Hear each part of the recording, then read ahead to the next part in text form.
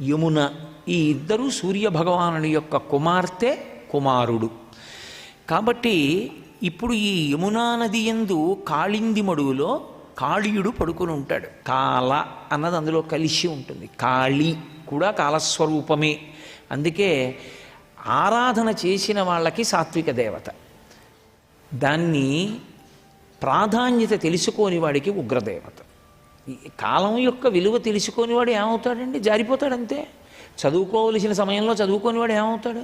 చదువుకున్నవాడు కారులో వెడుతుంటే వీడి సైకిల్ మీద ఎడతాడు.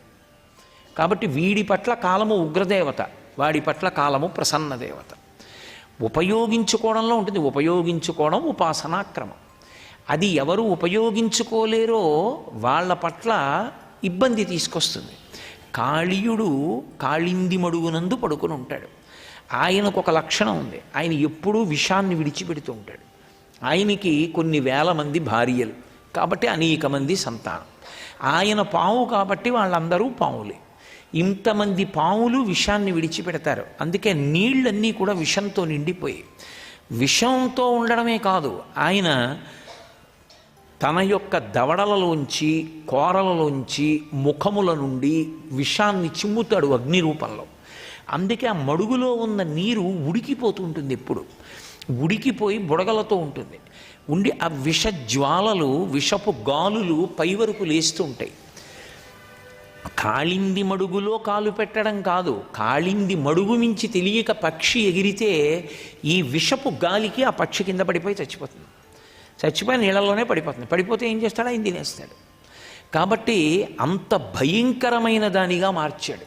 ఏమిటది? యమున. యమునకు ఒక ప్రశస్తి ఉంది. అసలు యమున యొక్క విశేషం తెలుసుకుంటే చాలు, యమున అనుగ్రహించేస్తుంది. అందుకే మహానుభావుడు శంకరాచార్యుల వారు యమునాష్టకము అని యమునా నది మీద అష్టకం చేశారు. గంగాష్టకం అని గంగ మీద చేశారు, యమునాష్టకం అని యమున మీద అష్టకమే చేశారు ఆయన. అంత గొప్ప నదీ స్వరూపం యమున.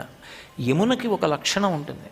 యమున యందు సంకల్ప సహిత స్నానం చేసి కాళీయమర్దనం లాంటి ఘట్టాన్ని కానీ ఒకసారి చదివినా మననం చేసిన మనస్సులోని విషాన్ని విడిచేస్తుంది.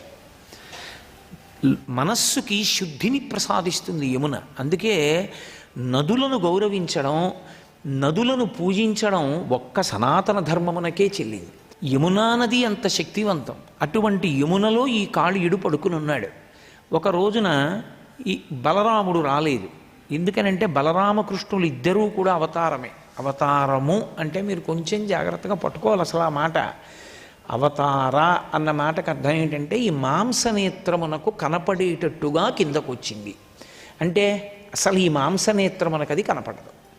ఎందుకు కనపడదు అంటే దాన్ని చూడ్డానికి దీనికి శక్తి చాలదు.